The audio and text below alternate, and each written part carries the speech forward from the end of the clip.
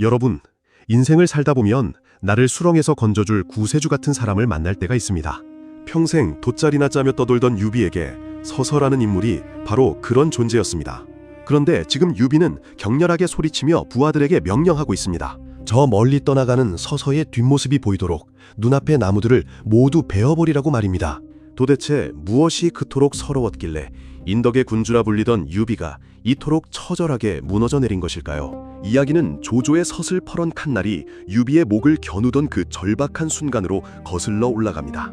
당시 유비는 이름만 거창한 장군이었을 뿐 제대로 된 근거지 하나 없는 처량한 신세였습니다. 조조의 대군은 구름처럼 몰려오는데 유비 곁에는 싸울 줄만 아는 장수들 뿐이었죠. 이때 혜성처럼 나타난 인물이 바로 서서였습니다. 그는 유비에게 승리의 맛을 알려주었고 조조라는 거대한 벽을 넘을 수 있다는 희망을 심어준 유일한 빛이었습니다. 하지만 조조는 비열했습니다. 정면 승부로는 서서를 이길 수 없다는 것을 깨닫고는 그의 가장 약한 고리를 파고들었습니다. 바로 서서의 늙은 어머니였습니다. 조조는 서서의 어머니 필체를 꾸며내서 가짜 편지를 보냈습니다. 효심을 이용한 소름 돋는 함정이었습니다. 효심이 지극했던 서서는 눈물을 흘리며 유비를 떠나기로 결심합니다. 유비는 자신의 심장이 찢어지는 듯한 고통을 느끼며 그의 앞길을 막아선 나무를 원망한 것입니다. 말을 타고 떠나던 서서가 갑자기 멈춰섭니다. 그리고 유비를 향해 마지막으로 소리칩니다. 주군, 융중에 가면 와룡이라 불리는 제갈량이 있으니 꼭 그를 얻으십시오. 이 한마디는 훗날 삼국지의 지도를 바꾸는 거대한 예언이 되었습니다. 하지만 정작 유비의 곁을 지키며 천하를 호령했어야 할 서서는 그렇게 역사 속으로 사라집니다. 서서가 떠난 뒤 유비는 한동안 식음을 전폐했습니다. 단순히 뛰어난 참모를 잃어서가 아닙니다. 자신을 진심으로 이해해주던 영혼의 딴짝을 잃었기 때문입니다. 권력의 세계는 이토록 비정합니다. 가장 소중한 사람을 지키고 싶어도 힘이 없으면 눈앞에서 빼앗길 수밖에 없는 것이 난세의 법칙이었습니다. 서서는 조조에게 갔지만 평생 단 하나의 계책도 내놓지 않겠다고 맹세합니다. 조조는 천재의 몸은 얻었지만 그의 마음까지는 가질 수 없었던 것입니다. 이것은 서서가 조조에게 날린 가장 조용하고도 치명적인 복수였습니다. 자신의 재능을 죽임으로써 조조의 야망에 찬물을 끼얹은 셈이니까요. 서서라는 별이 지고 난 뒤 유비의 하늘에는 또 다른 별이 떠오를 준비를 하고 있었습니다. 하지만 그 별 역시 서서와는 또 다른 비극을 품고 있었죠. 하늘은 왜 유비에게 천재들을 보내주면서도 그들을 끝까지 곁에 두지 못하게 했을까요? 그것은 유비가 감당해야 할 시련이었을까요? 아니면 역사의 장난이었을까요? 이제 우리는 서서가 떠난 자리를 채우기 위해 나타난 또 다른 괴물, 방통의 이야기를 시작하려 합니다. 그의 등장은 서서보다 훨씬 더 강렬하고 파격적이었습니다. 서서라는 인물을 단순히 머리 좋은 전략가로만 알고 계신다면 여러분은 그의 진짜 매력을 아직 절반도 모르시는 겁니다. 그는 원래 거친 칼잡이였습니다. 젊은 시절 서서는 의리를 위해 큰 싸움을 벌이고 얼굴에 수치를 한 채 도망다니던 지명 수배자였습니다. 법보다 주먹이 가깝던 시절을 보낸 야생마 같은 존재였죠. 그러던 그가 어느 날 깨달음을 얻습니다. 무력만으로는 세상을 바꿀 수 없다는 사실을 말입니다. 그는 칼을 내려놓고 붓을 잡았습니다. 그리고 미친 듯이 공부했습니다. 남들이 10년 걸릴 학문을 단 몇 년 만에 깨우친 서서는 당대 최고의 석학들조차 혀를 내두를 정도의 지략가로 거듭나게 됩니다. 이것이 서서의 무서운 점입니다. 실전 경험이 풍부한 협객의 감각과 학자의 논리적인 두뇌가 합쳐졌으니 조조의 장수들이 속수무책으로 당할 수밖에 없었던 것입니다. 유비와 처음 만났을 때 서서는 자신의 신분을 숨기고 노래를 부르며 유비의 눈길을 끌었습니다. 인재를 알아보는 유비의 안목을 직접 시험해 본 것입니다. 유비는 단번에 서서가 비범한 인물임을 알아챘습니다. 두 사람은 밤새도록 천하를 논하며 서로의 가슴속에 품은 뜻이 같음을 확인했습니다. 서서가 유비 밑에서 처음으로 펼친 작전은 예술에 가까웠습니다. 조조의 명장 조인이 자랑하던 팔문 금쇠진을 마치 손바닥 들여다보듯 부수어버렸습니다. 그전까지 유비는 조조 군대를 만나면 도망가기 바빴습니다. 하지만 서서가 지휘봉을 잡자 유비의 군대는 굶주린 늑대처럼 변해 조조의 대군을 물어뜯었습니다. 이 승리는 유비 진영 전체에 엄청난 파장을 일으켰습니다. 우리도 이길 수 있다는 자신감이 불꽃처럼 타오르기 시작한 결정적인 계기가 되었습니다. 조조는 충격에 빠졌습니다. 이름도 없던 유비가 갑자기 신들린 듯한 전술을 구사하자 배후에 누가 있는지 조사하게 했고 그 이름이 서서임을 알게 됩니다. 조조의 참모 정욱은 서서의 성격을 완벽하게 파악하고 있었습니다. 서서는 효심이 지극하니 그의 어머니만 잡으면 반드시 우리에게 올 것입니다. 정욱의 말대로 조조는 치졸한 인질극을 벌입니다. 권력자들의 힘의 역학관계에서 도덕이나 윤리는 사치에 불과하다는 것을 보여주는 대목입니다. 조조는 서서 어머니의 필체를 흉내내서 편지를 보냈습니다. 조조가 나를 허도에 가두었으니 빨리 와서 나를 구하라는 내용이었죠. 서서는 고민했습니다. 주군에 대한 충성과 어머니에 대한 효도 사이에서 그의 영혼은 갈기갈기 찢겨 나갔습니다. 결국 그는 눈물을 머금고 효도를 선택합니다. 유비는 서서를 잡을 수도 있었습니다. 하지만 그는 서서를 보내주기로 합니다. 여기서 유비의 무서운 정치적 계산 혹은 진정한 인덕이 드러납니다. 만약 여기서 서서를 강제로 붙잡았다면 서서는 평생 유비를 원망했을 것이고 대중의 민심 또한 유비를 비난했을 것입니다. 유비는 눈물을 흘리며 미래를 기약한 것이죠. 서서는 떠나기 직전 유비에게 큰 절을 올리며 맹세합니다. 조조에게 가더라도 제 머릿속의 지혜는 오직 주군을 위해서만 멈춰 있을 것입니다. 이것은 단순한 이별이 아니었습니다. 서서는 조조의 심장부로 들어가는 유비의 살아있는 껍데기가 되기를 자처한 것입니다. 이런 서서의 희생이 있었기에 유비는 제갈량이라는 세계의 천재를 만날 수 있었습니다. 희생 없이는 얻는 것도 없다는 인생의 진리가 여기서 증명됩니다. 조조의 진영에 도착한 서서를 기다리고 있었던 것은 따뜻한 환영이 아니라 어머니의 서슬퍼른 꾸짖음이었습니다. 어머니는 아들의 얼굴을 보자마자 통곡했습니다. 이 미련한 놈아, 유비 같은 어진 임금을 두고 어찌 조조 같은 역적의 품으로 온단 말이냐? 내 글씨를 알아보지 못하고 속아서 왔단 말이냐? 어머니는 아들이 자신의 목숨 때문에 큰 뜻을 버린 것을 수치스럽게 여겼습니다. 그리고 그날 밤 어머니는 스스로 세상을 등지며 아들에게 마지막 가르침을 남깁니다. 자신의 존재가 아들의 앞길에 걸림돌이 된다면 차라리 죽음으로 그 길을 열어주겠다는 위대한 모성애였습니다. 서서는 어머니의 시신 앞에서 뜨거운 눈물을 쏟았습니다. 조조는 당황했습니다. 서서를 이용해 유비를 무너뜨리려 했던 계획이 어머니의 자결로 인해 완전히 틀어져 버렸기 때문입니다. 서서의 마음은 이제 얼음처럼 굳어버렸습니다. 이후 서서는 조조 밑에서 높은 벼슬을 지냈지만 정말로 단 한 번도 입을 열어 계책을 내지 않았습니다. 조조가 물어도 그저 침묵으로 일관했습니다. 조조는 서서를 죽일 수도 없었습니다.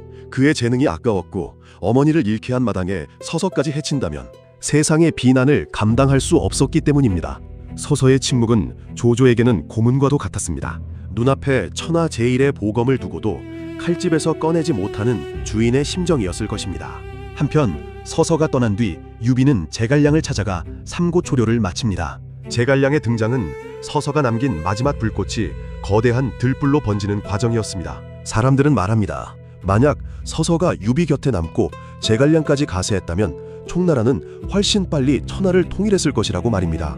하지만 역사는 가정을 허용하지 않습니다. 서서의 빈자리는 유비에게 끊임없는 갈증을 주었고 그 갈증이 또 다른 천재 방통을 부르는 촉매제가 되었습니다. 방통은 서서와는 전혀 다른 스타일의 천재였습니다. 서서가 정교한 메스였다면 방통은 모든 것을 부수어버리는 거대한 망치와도 같았습니다. 서서가 효심과 도덕성에 묶여 있었다면 방통은 오직 승리와 효율만을 따지는 냉혹한 현실주의자의 면모를 가지고 있었습니다. 유비에게는 이 두 명의 천재가 모두 필요했습니다. 인덕이라는 명분 아래 숨겨진 유비의 야망을 실현해줄 사람들은 바로 이런 괴물들이었으니까요. 조조는 서서를 얻고도 부리지 못했고 유비는 서서를 보내고도 그의 마음을 얻었습니다. 이것이 바로 사람을 다루는 기술, 즉 후흑학의 정수입니다. 여러분은 조조와 유비 중 누가 더 잔인하다고 생각하십니까? 어머니를 인질로 잡은 조조입니까? 아니면 신하의 효심을 이용해 자신의 인덕을 선전한 유비입니까? 힘의 역학관계에서 정의는 승자의 편입니다. 서서는 그 승부의 세계에서 가장 고결한 희생양이 되었고 그의 이름은 지금도 우리에게 많은 질문을 던집니다. 서서의 이야기는 여기서 멈추지만 그가 남긴 유산은 방통이라는 또 다른 천재의 운명과 얽히며 더 큰 폭풍우를 예고하고 있습니다. 이어서 우리는 유비의 두 번째 날개였으나 가장 비참하게 꺾여버린 봉황, 방통의 숨겨진 진실에 대해 깊이 있게 파헤쳐 보겠습니다. 이어서 서서가 떠난 자리에 나타난 또 다른 천재, 아니 어쩌면 서서보다 훨씬 더 위험하고 강력한 두뇌를 가졌던 사나이 방통의 이야기를 시작해 보겠습니다. 여러분은 첫인상을 얼마나 믿으시나요? 사람의 겉모습만 보고 그 가치를 판단했다가 인생의 천재 이루 기회를 날려버린 리더들이 역사에는 참 많습니다. 오늘 우리가 만날 방통은 이른바 외모, 지상주의의 가장 큰 피해자이자 동시에 그 편견을 실력 하나로 박살내버린 삼국지 최고의 독종입니다. 방통의 별명은 봉추입니다. 갓 태어난 봉황이라는 뜻이죠. 제갈량이 엎드려 있는 용이라면 방통은 하늘을 날아오르기 직전에 전설적인 새와 같다는 뜻입니다. 하지만 그의 외모는 별명만큼 화려하지 않았습니다. 기록에 따르면 방통은 눈이 툭 튀어나오고 코는 들창코였으며 피부는 검고 체구는 왜소했다고 합니다. 그가 처음 찾아간 곳은 강동의 손권이었습니다. 적벽대전의 영웅 손권은 방통을 보자마자 미간을 찌푸렸습니다. 저렇게 흉측한 자가 무슨 천재란 말인가 라며 무시했죠. 손권의 오만함의 상처를 입은 방통은 발길을 돌려 유비를 찾아갑니다. 평소 인재를 아끼기로 소문난 유비라면 자신의 진가를 알아봐 줄 것이라 기대했기 때문입니다. 하지만 여기서 반전이 일어납니다. 그 어질고 착하다는 유비조차 방통의 얼굴을 보고는 실망감을 감추지 못했습니다. 유비 역시 인간이었던 것입니다. 유비는 방통에게 높은 벼슬 대신 뇌양이라는 아주 작은 시골 마을에 현령 자리를 내어줍니다. 이것은 천재에게 닭 잡는 칼을 쥐어준 것과 다름없는 모욕이었습니다. 방통은 아무 말 없이 그 자리를 받아들였습니다. 그리고 뇌양으로 내려가 무려 100일 동안 아무 일도 하지 않고 매일 술만 마시며 잠만 잤습니다. 이 소식은 곧 유비의 귀에 들어갔습니다. 유비는 화가 났습니다. 내 인재 보는 눈이 틀렸구나. 저자는 그냥 술꾼일 뿐이다 라며 장비를 보내 그를 문책하게 했습니다. 장비가 뇌양에 들이닥쳐 술냄새 진동하는 방통에게 소리를 질렀습니다. 네 이놈! 주군께서 주신 소중한 자리를 어찌 이토록 방치하느냐? 그러자 방통은 비웃으며 말했습니다. 이따위 작은 마을에 100일치 업무가 무슨 대단한 일이라고 그러시오? 네 지금 당장 처리해드리죠. 그는 그 자리에서 지난 100일 동안 밀려있던 수백 건의 재판과 행정 서류를 단 몇 시간 만에 완벽하게 처리해버립니다. 장비의 눈이 휘둥그레졌습니다. 장비는 무예만 뛰어난 것이 아니라 영리한 사람이었습니다. 그는 단번에 깨달았습니다. 이 사람은 좁은 시골에 갇혀있을 인물이 아니라 천하를 다스릴 괴물이라는 것을요. 장비는 유비에게 달려가 보고했습니다. 형님, 우리가 큰 실수를 했습니다. 방통은 제갈량의 버금가는 아니 그 이상의 기재입니다. 유비는 그제야 자신의 편협함을 깨닫고 버선발로 달려와 방통에게 사과합니다. 하지만 여러분, 여기서 우리는 유비의 치밀한 심리전을 읽어야 합니다. 유비가 정말 몰랐을까요? 어쩌면 유비는 방통의 자존심을 한번 꺾어 놓음으로써 그를 자신의 소나기에 완벽히 넣으려 했던 고도의 길들이기였을지도 모릅니다. 방통은 유비의 사과를 받아들였지만 그의 가슴 속에는 칼날이 하나 심어졌습니다. 사람은 겉모습으로 판단하면 안 된다. 그리고 리더의 눈물 뒤에는 항상 계산이 있다. 이후 방통은 유비의 부군사 직책을 맡으며 제갈량과 어깨를 나란히 하게 됩니다. 두 천재의 공존, 이것이 총나라의 짧고도 화려한 전성기를 예고하는 신호탄이었습니다. 하지만 방통은 제갈량과는 결이 달랐습니다. 제갈량이 도덕과 원칙을 중시했다면 방통은 목적을 위해서라면 수단과 방법을 가리지 않는 냉혹한 승부사였습니다. 그는 유비에게 말했습니다. 주군, 인덕이라는 가면만으로는 천하를 가질 수 없습니다. 가끔은 손에 피를 묻혀야 할 때가 오는 법입니다. 여러분, 삼국지 하면 떠오르는 가장 거대한 사건이 무엇입니까? 바로 적벽대전입니다. 제갈량이 동남풍을 불어오게 한 장면은 전설처럼 남아있죠. 하지만 이 전쟁의 실질적인 살계자가 누구였느냐고 묻는다면 많은 전문가는 주저없이 방통을 꼽습니다. 조조의 10만 대군을 불지옥으로 몰아넣은 장본이니까요. 당시 조조의 수군은 북방 출신이라 배의 멀미에 시달리고 있었습니다. 이를 해결하기 위해 방통은 조조의 진영으로 직접 걸어 들어가는 목숨 건 도박을 감행합니다. 조조는 의심이 많은 사람이었습니다. 제갈량이 왔다면 당장 목을 쳤겠지만 방통이의 기괴한 외모와 소박한 차림새를 보고는 그를 학자로 생각하며 경계심을 늦췄습니다. 방통은 조조의 심리를 정확히 꿰뚫어 보았습니다. 승상, 군사들이 배멀미로 고통받고 있으니 배들을 쇠사슬로 묶어 평지처럼 만드십시오. 그러면 천하 무적이 될 것입니다. 이것이 바로 유명한 연환계입니다. 조조는 무릎을 탁 쳤습니다. 오호라, 과연 천재적인 발상이로다. 조조는 방통을 자신의 구세주로 생각하며 크게 환대했습니다. 하지만 이것은 조조의 무덤을 파는 행위였습니다. 배를 쇠사슬로 묶는 순간 불이 붙으면 단 한 척도 도망갈 수 없는 거대한 땔감이 된다는 것을 조조는 간과한 것입니다. 방통은 조조의 진영을 유유히 빠져나오며 속으로 비웃었습니다. 천하의 조조도 자신의 이익 앞에서는 눈이 머는구나. 의심 많은 사자를 속이는 법은 가장 달콤한 먹이를 주는 것이다. 이 연환계 덕분에 황계의 고육지계와 제갈량의 동남풍이 빛을 발할 수 있었습니다. 배들이 묶여있지 않았다면 조조의 수군은 흩어져서 피해를 최소화했을 것입니다.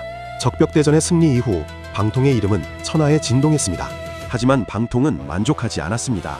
그는 자신의 죽은 유비가 가진 치명적인 약점을 알고 있었습니다. 유비는 언제나 착한 척, 어진 척을 해야 했습니다. 그래서 남의 땅을 뺏거나 배신하는 일을 극도로 꺼렸습니다. 하지만 전쟁터에서 이런 고집은 패배의 지름길입니다. 방통은 유비의 그림자가 되기로 결심합니다. 유비가 차마 입 밖으로 내지 못하는 더러운 말들, 비겁한 전략들을 자신이 대신 기획하고 실행하기로 한 것입니다. 그 첫 번째 타겟은 바로 유비의 동동이자 익주사천 지방의 주인인 유장이었습니다. 유장은 유비를 형님이라 부르며 믿고 의지하던 순진한 사람이었습니다. 유비는 유장의 땅을 뺏고 싶었지만 인덕이라는 브랜드 이미지가 깎일까봐 전전긍긍했습니다. 이때 방통이 유비의 등을 강하게 밀어붙입니다. 죽은 대업을 이루려는 자가 어찌 작은 의리에 연연하십니까? 유장이 무능하여 땅을 지키지 못하면 다른 누군가가 뺏을 것입니다.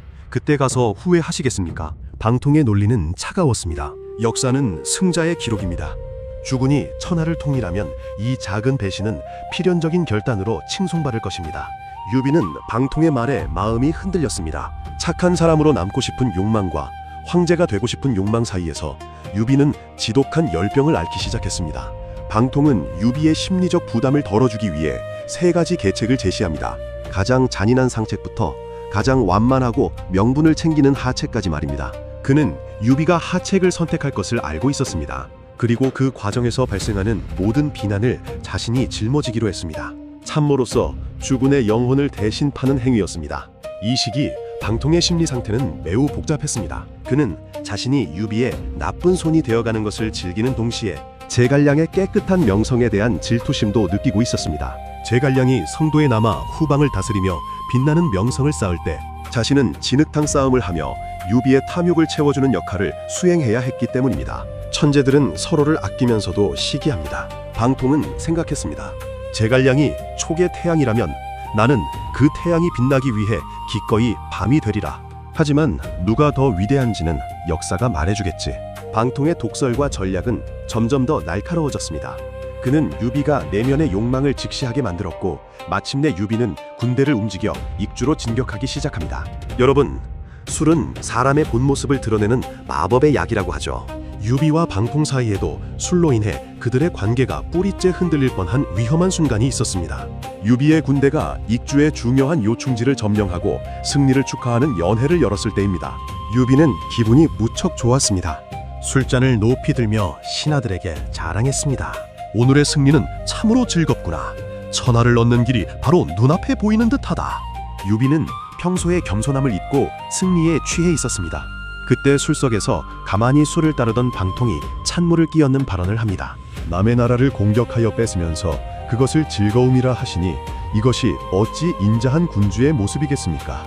장내는 찬물을 끼얹은 듯 조용해졌습니다.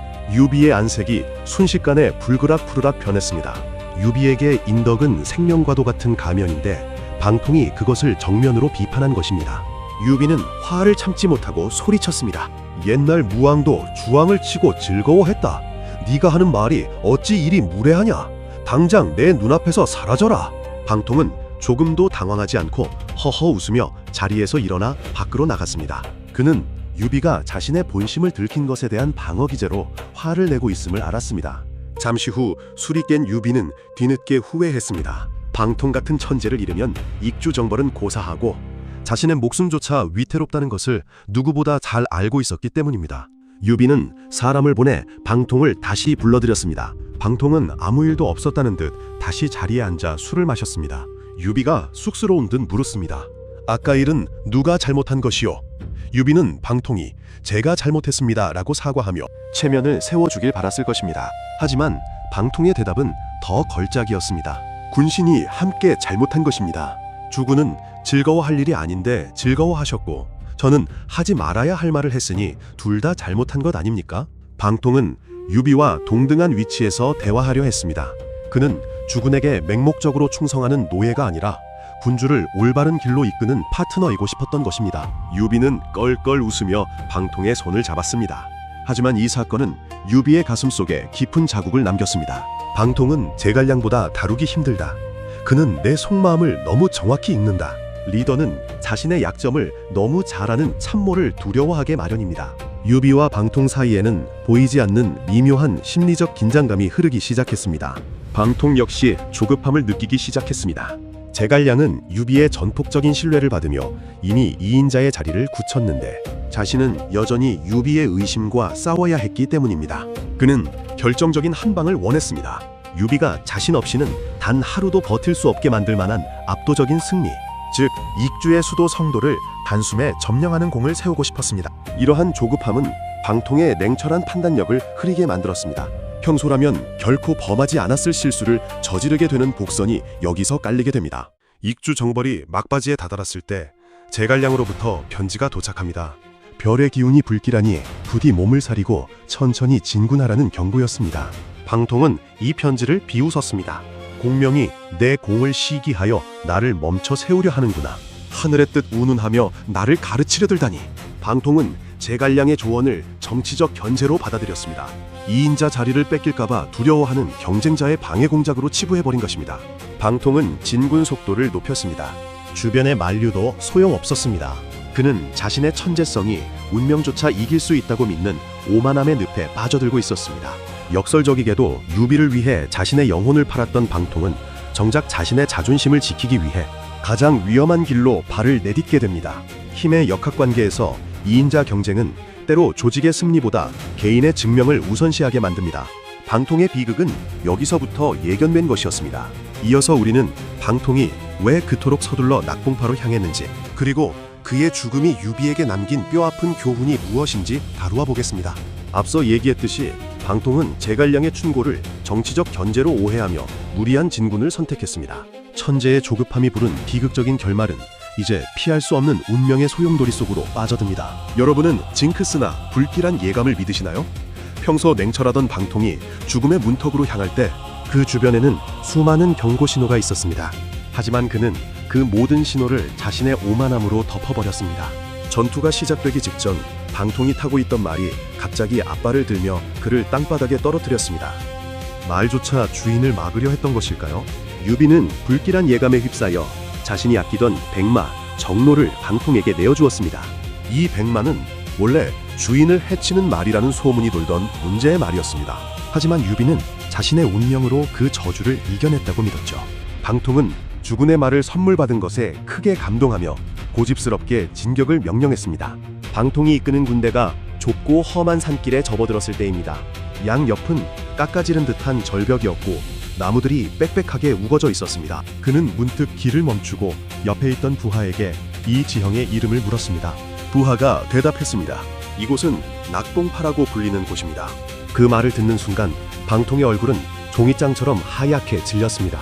낙봉파, 즉 봉황이 떨어지는 언덕이라는 뜻이었기 때문입니다. 자신의 별명이 봉추인 것을 생각하면 이곳은 그에게 가장 치명적인 장소였습니다. 방통은 급히 군대를 돌리려 했지만 이미 때는 늦었습니다.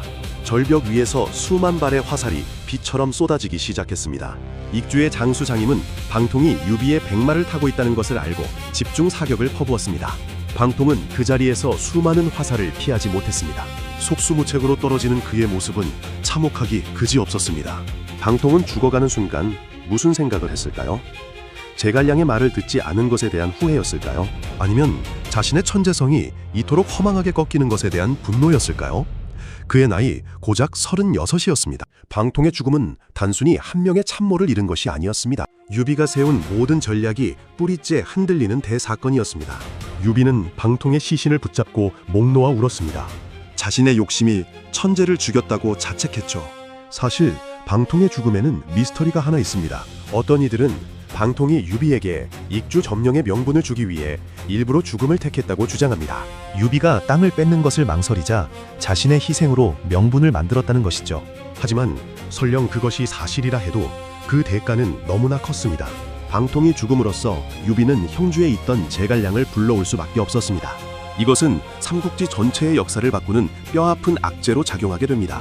방통은 자신의 천재성을 증명하고 싶어 했습니다. 제갈량이 그늘에서 벗어나 독자적인 영웅으로 기록되고 싶어 했죠. 하지만 그 뜨거웠던 열망은 낙봉파의 차가운 흙바닥 아래에 영원히 묻히게 되었습니다. 권력의 세계에서 2인자의 경쟁은 이토록 무섭습니다. 서로를 보완해야 할 두 천재가 시기심과 조급함에 휩싸이는 순간 조직 전체가 위태로워질 수 있다는 것을 방통의 죽음은 생생하게 증언하고 있습니다. 봉황은 화려하게 비상하려 했으나 자신이 선택한 길 위에서 날개가 꺾였습니다. 유비가 그토록 원했던 천하통일의 꿈은 방통의 죽음과 함께 가장 큰 동력을 잃어버리고 말았습니다. 이어서 방통의 죽음 이후 유비의 진영이 어떻게 무너져 내렸는지, 그리고 조조에게 갔던 서서는 어떤 마지막을 맞이했는지 살펴보겠습니다. 이들의 부재는 총나라 멸망의 도미노를 일으킨 결정적인 원인이 되었습니다. 방통이 죽자 유비는 다급해졌습니다. 결국 형주를 지키던 제갈량을 성도로 불러들였습니다. 이때 형주를 맡게 된 사람이 바로 관우였습니다. 이것이 비극의 시작이었습니다. 제갈량이 곁에 없자 관우는 점점 오만해졌습니다. 만약 방통이 살아있어 성도를 점령했다면 제갈량은 계속 형주에 남아 관우를 통제했을 것입니다. 그랬다면 관우가 패배하고 형주를 빼앗기는 일도 없었을 것이고, 유비가 복수하겠다고 이릉대전에서 전멸하는 일도 없었겠죠.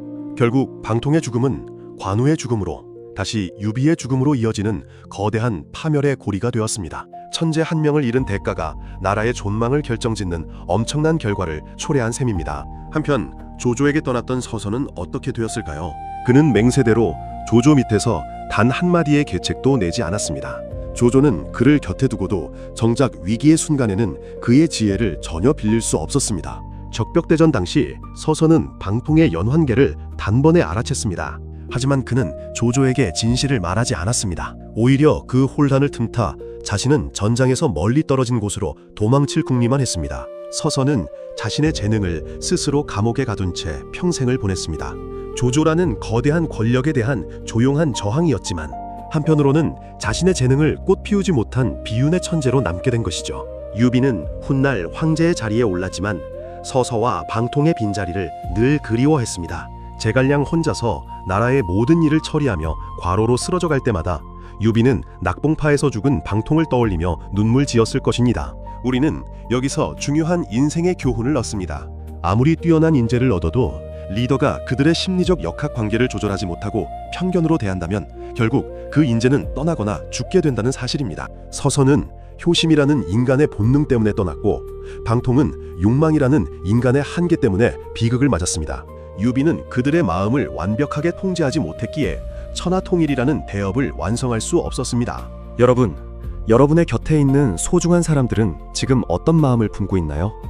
혹시 서서처럼 몸은 같이 있지만 마음은 떠나 있지는 않나요? 아니면 방통처럼 무언가를 증명하기 위해 위험한 길로 가고 있지는 않나요? 역사는 단순히 과거의 기록이 아닙니다. 지금 우리 주변에서 일어나는 수많은 인간관계와 권력 다툼의 거울입니다. 유비의 눈물 속에는 인재를 대하는 리더의 책임감이 얼마나 무거운지가 담겨 있습니다. 방통과 서서 두 천재의 엇갈린 운명은 오늘날 우리에게 말합니다. 실력보다 중요한 것은 시대를 읽는 안목이며, 지혜보다 중요한 것은 그 지혜를 펼칠 수 있는 인내심이라는 것을 말입니다. 삼국지의 수많은 영웅 중에서 유독 이 두 사람이 아쉬운 이유는 그들이 가졌던 가능성이 너무나 컸기 때문입니다. 그들이 만약 유비 곁에서 끝까지 함께 했다면 지금 우리가 아는 역사는 완전히 새로 쓰였을 것입니다. 인생은 선택의 연속입니다. 서서의 선택과 방통의 선택, 그리고 그들을 대한 유비의 선택, 그 선택들이 모여 역사의 거대한 강물을 만들었습니다. 여러분의 선택은 과연 어디를 향하고 있습니까? 오늘 준비한 역사 열전은 여기까지입니다. 삼국지 역사 속에서 가장 아까웠던 두 천재의 이야기를 통해 여러분의 삶과 인간관계를 다시 한번 되돌아보는 시간이 되셨기를 바랍니다. 끝까지 경청해주신 여러분, 진심으로 감사합니다. 다음 시간에도 인간의 심리와 역사의 소용돌이를 파헤치는 더 흥미진진한 이야기로 찾아뵙겠습니다. 감사합니다.